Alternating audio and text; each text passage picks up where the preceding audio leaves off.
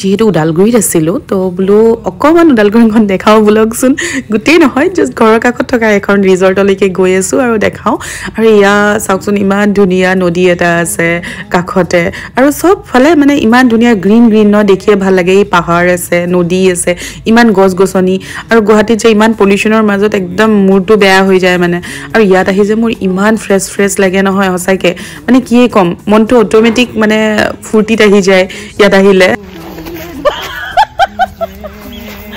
Phulia change কৰি দিলি যে তই ৰিজৰ্টৰ কি গান মনত পৰিছে এতিয়া কচোন গানটো কচোন মাৰ মৰমে মোক